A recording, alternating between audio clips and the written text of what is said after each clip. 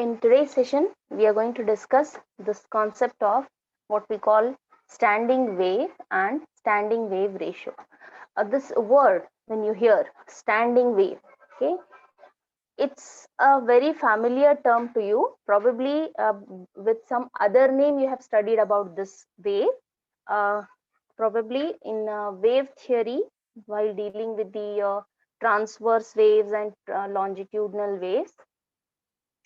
Uh, Progressive waves and stationary waves you might have studied. So this is nothing but your stationary wave, okay, standing waves. So under that heading you might have studied about it. So this is just a recalling of the concept. Here the important thing is how we can go for standing wave ratio, and what is the significance of this SWR. Okay, if I tell SWR is say 1.6, what do you mean by that? Okay, and if I tell the SWR value is 1, what do you mean by that? So that is important for us here.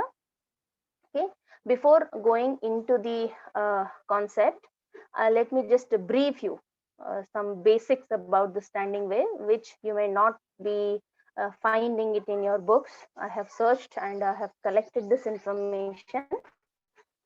So for proper operation and to get the maximum power from any circuit, okay, I'm talking about the transmission line here, but you can apply this even to your simplest circuit also. So for the proper operation of any circuit and to get the maximum power out of that circuit, the transmission line in our case, it should be perfectly matched. I have told you what is the meaning of perfectly matched. Your load impedance should be equal to the characteristic impedance of the line. If this is the case, then there will not be any reflections, so maximum power transfer takes place. Okay, you can extract maximum power through the load. This is the condition. Suppose your load impedance is not perfectly matched, so this condition is not getting satisfied. ZL is not equal to Z0. So what happens? Obviously will come across reflections, okay, the characteristic impedance of the line. So whatever incident power, okay, will be there, it will not be completely absorbed by the load, so it will not be received totally at the receiving side. What will happen? Some part of it gets reflected. That's why we get a reflection coefficient also for that kind of circuit. So this reflected power is nothing but the loss in the transmission line. So this combination, we have already studied about what is reflection coefficient. It is the ratio of, okay, ratio of incident and reflected waves. So reflected by incident waves, sorry. So this combination of this incident and reflected waves, this gives rise to the creation of nodes and antinodes. So you might have studied the circuit, the structure of this stationary waves, okay, standing waves already. So uh, in when they come across, when incident and reflected waves they come across together, then this gives rise to nodes and antinodes in waves, resulting in standing waves. Okay, so you hope you have gone through some one or two videos, links I had shared in your groups. If you have gone through those videos, you will understand whatever I'm dealing now in a better manner, because you can relate to whatever I am telling here. You can relate these, you can imagine with those two videos, if you have gone through it. Now uh, about standing waves a little further. These waves, these are the outcome of interference. Okay, uh, if you have gone through the video, in the video two people are standing, okay, with the rope in their hands, okay, and one end, the person is holding that rope stationary, like he is not moving it. The other person, he's continuously moving the rope, up and down, up and down. So whenever this rope reaches the other person, the other person is not at all moving the rope. So what is happening is it is coming back. Okay, so this structure, if this is your rope structure which is moving in this direction, then from that person it is coming back. So this kind of structure, this is nothing but your standing waves, wherein just now I have mentioned about nodes and antinodes. So these are the nodes and antinode points, maximum value and the minimum value. When this happens, when there is an interference. So you have already studied what is an interference. When two waves, they coincide with each other, okay, traveling in opposite directions. So when this happens, that is when the waves are superimposed one on one another, their energies, they are either, there are two possibilities. Their energies, they can be added or they get cancelled. That's what we call it, constructive interference when they add up, and destructive interference when they get cancelled. When the waves move in the same direction, okay, this is not concern to you, but just for your information I'm telling you, when the waves move in the same direction, so their energy, that is when that interference or something happens, out of which we will get the traveling waves, okay. But for our concern, it is the standing waves we want. So whenever the two waves, they move in opposite direction, the example was two people holding the rope in hand. One person is holding it stationary, the other person is moving the rope like this, and after that, when it reaches this person's hand, the rope again will move back. So this is nothing but the formation of standing waves, okay. There is an interference here. So when the waves moves in opposite direction, their interference generates an oscillating wave, okay. And don't think that, for every whatever, if you have seen that, if you have gone through those videos fully, some 2 to 3 minutes videos are there, not at all frequencies standing waves can be generated. Specific frequencies are there. Only at that, you might have studied about the first harmonic, second harmonic, third harmonic, specific frequencies will only generate the standing waves. This is for your information. When you have studied the wave concept, two different types of waves you have studied, transverse and longitudinal. In this transverse wave structure, I think crest and trough you have studied, and longitudinal, the compression and the rarefaction, something like this, compression, rarefaction, like this, and crest and troughs. So this is about the traveling wave, just for your knowledge purpose. Now, important thing, standing waves, they don't go anywhere, they don't move, okay. If you have seen that video, that rope, they move like this and then it will hit back. So this structure, it is standing still. These waves are not going anywhere, just like your traveling wave. And from the transmitter side, if you send any signal, it will go and reach somewhere, but here it is not happening here. In case of standing waves, they don't go anywhere, but they do have certain regions where the disturbance of the wave is very small, almost zero. That's what here I'm talking about, this point. These locations we call nodes. We call them nodes. And there are also some regions where the disturbance is quite intense, greater than anywhere else in the medium, and we call them as antinodes, maximum disturbance, and this is nil, cancellation, and nodes and antinodes. This is the structure of the basics of standing waves. This just for your information. SC indicates short circuit, OC indicates open circuit. In the open circuit, voltage will be maximum, current will be minimum, and here it is vice versa. Why this is important is, we will try to find how the standing waves look for open and closed circuits. Just an example, before going for actual equation part of the SWR, standing wave ratio, this is the some basic idea you should be knowing about standing waves. So whenever a line is terminated in an open circuit means what? You'll be having ZL load infinity, infinite resistance, okay. Then a considerable voltage exists across such an open circuit, this. So when we are considering the open circuit, voltage will be there. So considerable voltage exists across the open circuit. So what will happen here, you can observe, I have drawn two different waves. This dark lines, this represents your voltage, and these dotted line wave which I have drawn it represents the current. But now whatever I'm explaining here, I'm explaining for voltage. The same is applicable to current also. For this particular figure, you can see, as you know, whenever the standing wave pattern is generated, you'll get the maximum disturbance region and the minimum disturbance region, node and antinode. If you observe here, this is the maximum point. Okay, maximum point is 0, this, this, this, like this. So what will happen? Minimum points are the nodes. So that's what I have explained here, only for voltage. You can continue the explanation for current also. Hence, what will happen? Considerable voltage exists across an open circuit.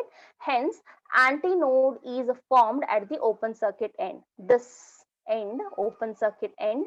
So 0, whatever points are there. Let me take a different color. These are your antinode points where maximum disturbance will be there. Maximum value, yes. I think this point has to be here.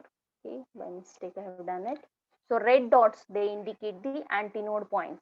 So antinode is formed at the open end circuit. You can see if you assume this as 0 point. And what is the voltage node point? Voltage node is after a distance of lambda by 4. You can see this is the lambda by 4. Only for voltage I have explained here. Now, similarly, if you consider short circuit, in case of short circuit, you can see short circuit, current will be maximum, voltage will be minimum. So in case of a short circuit termination, voltage nodes, they occur at these points. Let's see. What is the difference you find in these two figures? You can compare. Okay. If you just look at the figure, antinode is forming at the open end circuit, maximum point. But if you observe here, for voltage I'm talking about, node is getting formed at the short circuit end. Okay, that's the difference. So for short circuit termination, node points are, they occur at 0, lambda by 2, lambda, I think it is 6 lambda by 4, something, then 2 pi and so on. And similarly, the antinodes, they occur at lambda by 4, 3 lambda by 4 and so on. This is for voltage I'm talking. For current, the dotted lines, this dotted wave indicates current formation. For this nodes and antinodes, you can specify by making use of the diagram, with the help of a diagram. So just how for an open circuit and for a short circuit end, the nodes and antinodes are formed. So that's what is given here in these two figures.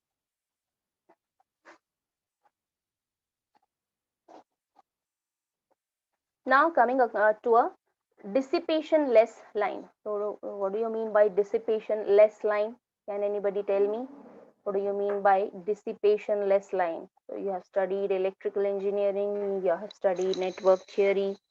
So what is a dissipation less line? You can put it in the chat box or you can unmute and answer me. What is a dissipation less line?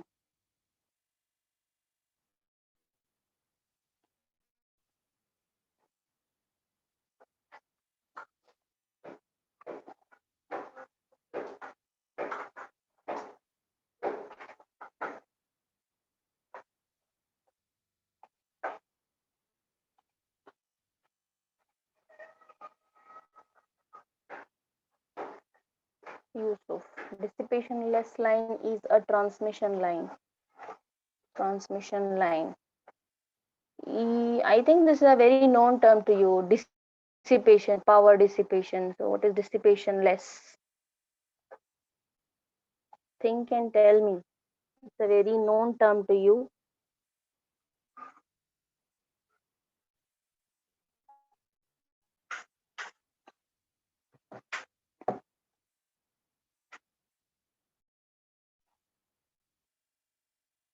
Okay, so for a dissipationless line, if I want to draw this structure of nodes and antinodes, let's see how it looks like.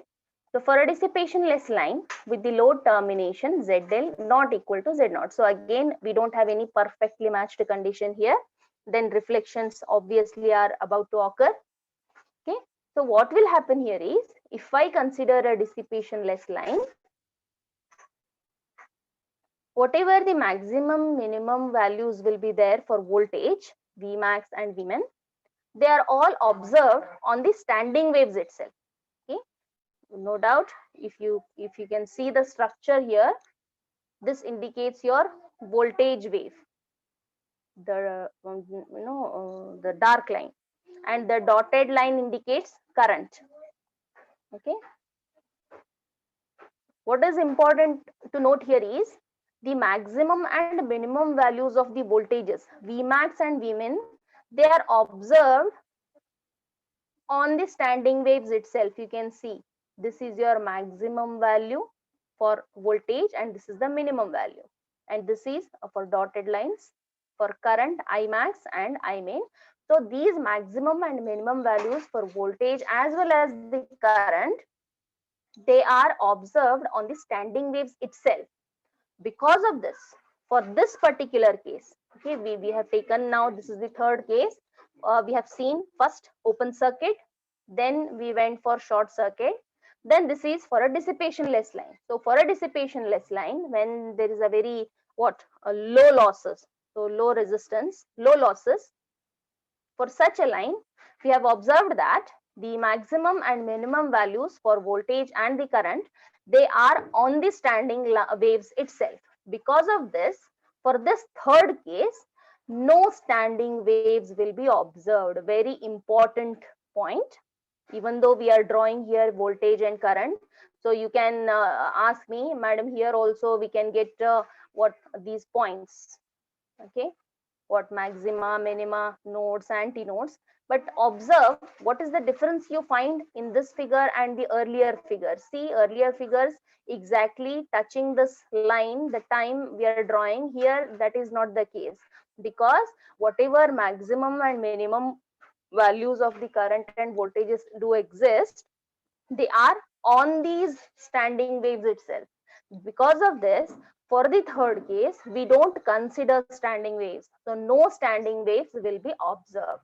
And hence, there will be no variations of voltage and current along the line. So जो भी हम transmit करेंगे, most of it will be received for a dissipation less line. So no standing waves for such line.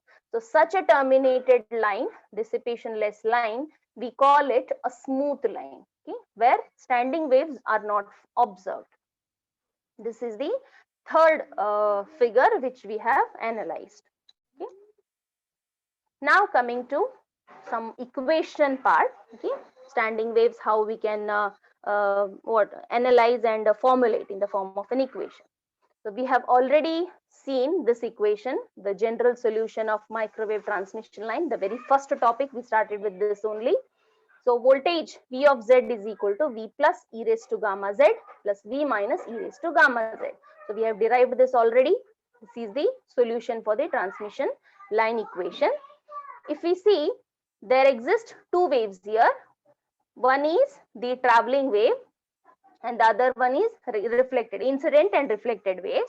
So they both are in the opposite directions. Okay, and V plus and V minus need not be same. Their values may differ or may be same, we don't know. So generally with unequal amplitude. So this is the observation we can make from this particular equation. So what I'm doing here is, instead of gamma, we know that gamma is propagation constant, which is equal to alpha plus j beta. Now, suppose if I consider, let us just substitute that gamma value here. So gamma is alpha plus j beta. I've substituted that, split that term, e raised to alpha z, e raised to j beta z, and here also minus powers. Okay, just substitute gamma is equal to alpha plus j beta term. Then keeping this first two terms as it is, this exponentially with the j term, that is your polar form, e raised to j theta, it is cos theta plus j sine theta. Substitute that. Cos theta, theta is beta z plus j sine theta, that is beta z. Similarly, here also keeping first two terms as it is, e raised to j theta expanded. Here we have a negative sign, cos minus j sine theta. Theta is beta z. Okay. After this, what I can do, uh, club, see totally observe how many values, how many terms are there here. There are 4 terms. This is your first term, this is second term, this is third term, and this is fourth term. These 4 terms, they are having v plus and v minus. So club all, and also we are having a cos and j sine term. So put all real parts with the cos and all imaginary parts with the j sine. So if I rearrange this equation, above equation, how I can rearrange? Let us see which all things I need to club. Let me just take this as the first term and then this as the second term. This will become all cos term. You can see I have written this all together with the cos. Then putting j common. Now this b plus e raised to alpha z and sine beta z. V plus e raised to alpha z sine beta z, one term, and v minus e raised to minus alpha z sine beta, all together second term. So I'm clubbing cos all terms at one place, sine j sine all terms at the other place. Now what I can do, how I can write this? In generally, this is actually v of z is equal to, v of z is equal to this much, cos plus j sine. So obviously, if I assume what all these v plus and v minus, they are all having real quantities, then in general I can write any voltage wave as the combination of amplitude and phase, just like this. Amplitude and phase is e raised to j omega t, something like this. So any wave can be represented, phasor equations you have already seen. So any equation can be represented in the form of real and imaginary terms, that is the amplitude and the phase part. So likewise, I can write v of z is some amplitude v naught and e raised to j theta. Okay, what is the amplitude? How I can get the amplitude? From this equation I can get the amplitude. Let me see how I can get the amplitude.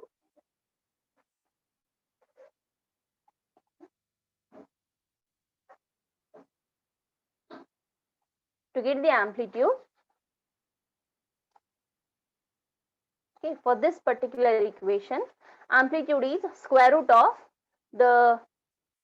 this term.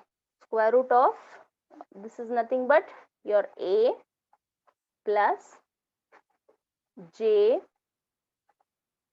this all together is b. Okay, how will you find the magnitude? Root of a square plus b square. To do that, root of a square, this whole term, whole square. Okay, I have written this in the square root of this first term all square. Okay, separately I have put square, and p square. The second round which I have put, this has to be square, so that I have squared separately. This is your magnitude. This is giving you the magnitude v naught. And what is the phase theta? If a plus jb is your term, how will you find theta term? The phase. Theta is tan inverse of b by a. So tan inverse of b by a. So theta and v naught, amplitude and phase we have calculated. This amplitude, we call it standing wave pattern. Yeah, this is called standing wave pattern. And this tan inverse, the phase, we call it the phase pattern. This is your standing wave pattern, that is amplitude. This is your phase pattern. And this v naught e raised to j theta in general, voltage. This equation represents the voltage standing wave. Okay, how you represent standing wave is in generally amplitude and the phase. But however, the amplitude is not simply v naught. Okay, v naught is again still in terms of v plus and v minus, because when the standing wave is formed, whenever two waves which are traveling in opposite direction, they coincide, there is an interference, then the standing waves are formed. There is a creation of nodes and antinodes. Hope this basics about the standing waves is clear to you. Any doubts in this, you can ask me. The probable question may be explain or write a short note on standing waves. Let us move to the second part, that is standing wave ratio, that is SWR. In short, SWR. Specifically, as the equation which we are going to derive is for voltage, because we know that transmission line equation we have got V of Z is equal to, and the second equation is I of Z is equal to. So we can even have either voltage or the current. More specifically, if it is for voltage, we call it voltage standing wave ratio. Now, let us define what is this standing wave ratio. So, the ratio hai, so it means you'll be having a numerator and the denominator term. Now, the ratio of how you define standing wave ratio is the ratio of maximum to the minimum magnitude of the voltage or current. अगर आप V of Z equation के लिए derive करोगे तो voltage होगा. If you are considering for I of Z, you will get the current. So the ratio of maximum to the minimum magnitude of voltage or current on a line having standing waves. So on a line, for a transmission line which is not terminated in the matched load, okay, ZL is not equal to Z0. Under that condition, reflections occur. So because of that, whenever at a particular frequencies, when two waves they coincide with each other, interference occurs, nodes, antinodes, standing waves are formed. Under such condition, the ratio, if you take the ratio of maximum and minimum magnitude of either voltage or the current on a line, then we call it standing wave ratio, or in short SWR, denoted by rho. See how many notations we have got till now. Please make sure don't get confused. We have still two more notations we have already covered. Tau, what is tau? Tau is your reflection coefficient. T is the transmission coefficient. Now the third notation we are considering, rho. Rho is your SWR. In specific, VSWR. And even we have got gamma. Gamma is what? Propagation constant, which is nothing but alpha plus J beta. What is alpha? Alpha is the attenuation constant. Beta is the phase constant. So many symbols we have come across. Please make sure you don't get confused. So how you can write the SWR equation? Rho is equal to ratio of maximum to minimum. So either if you consider voltage, it will be Vmax by Vmin. If you consider the current, Imax by Imin. Remember, very important, magnitude. Okay, because when you're considering any electromagnetic wave, it is composed of both magnitude as well as the phase. The phasor equation, you know it.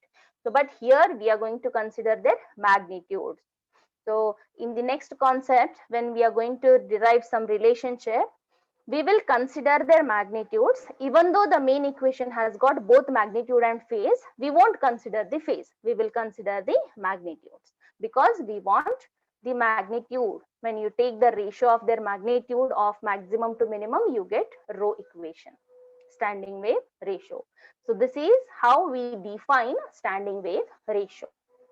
Now, coming to an important parameter, probably you might have seen the question papers. If you have not seen, please go through it in the first module. This is one of the important question. Derive the relationship between rho and tau. So tau, which you have already studied. What is tau?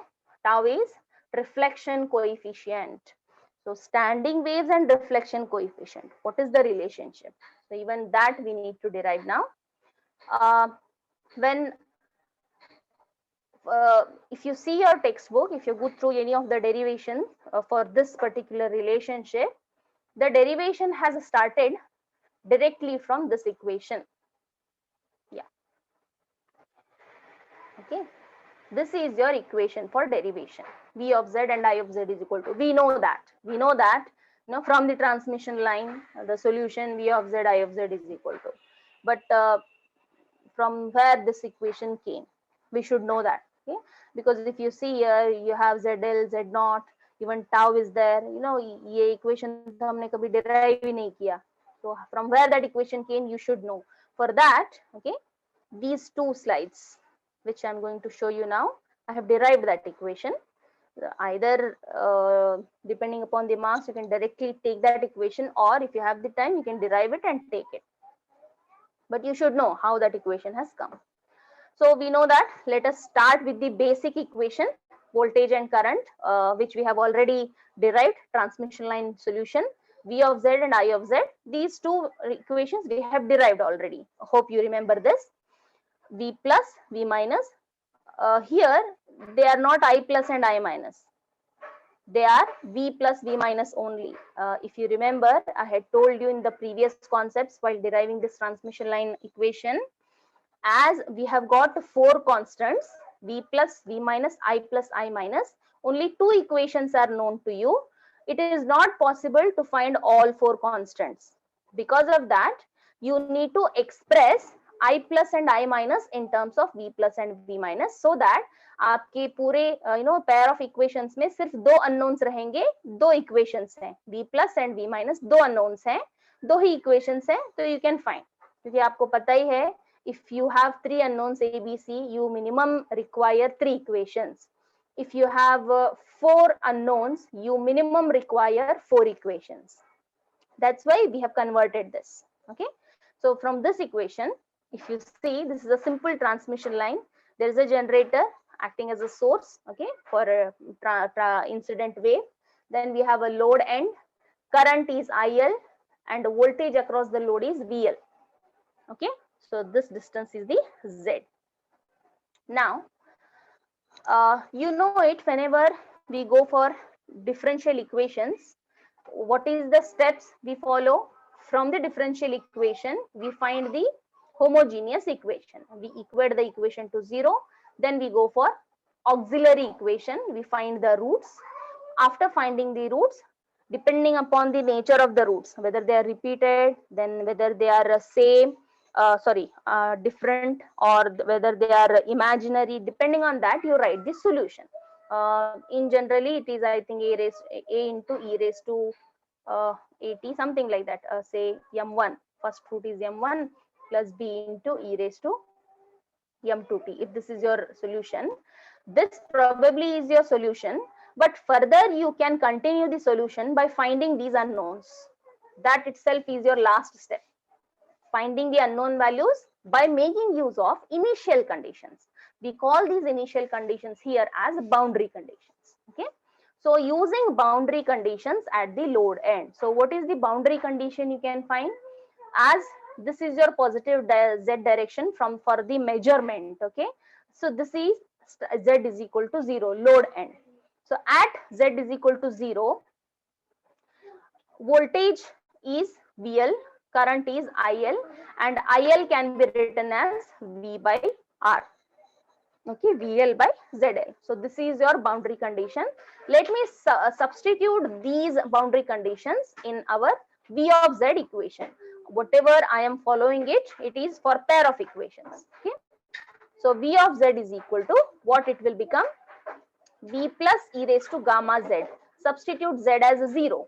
What you will get? V plus e raised to 0. That is V plus. First term is V plus. Plus second term V minus e raised to gamma 0. Z is 0. E raised to 0 is 1. V minus. V plus V minus is equal to, what is V of Z at the load end? We are considering the voltage VL. So equation 1 is this. Similarly for current, V plus by Z naught e raised to 0 minus V minus by Z naught e raised to 0. V plus by Z naught minus V minus by Z naught is equal to, what is the current at the load? IL. You can further write this IL equal to VL by ZL. But here, as for now, keep it IL. So these two are the equations we will get if I use boundary conditions. Now, after putting these boundary conditions, I'll get two pair of equations. How many unknowns are there? V plus and V minus. Two unknowns, two equations. So they are sufficient. So how I can solve these two simultaneous equations? First time you add two equations, second time you subtract two equations. If I add the equations, I will get this. Please you try this. Okay, I cannot solve it here. Simultaneous equation solution, you know how to solve it. Equation 1 and equation 2, ये दोनों equation को add कर लो, आपको ये मिल जाएगा v plus, दोनों को subtract कर लो, आपको ये इक्वेशन मिल जाएगा. If you don't get, please ask me. I can solve it and show you. But now, as for now, try it by yourself. Once I get these two, the transmission line equation will be what I have done here. जो भी v plus और v minus का value आता है, that value I have substituted in this equation 1 and 2.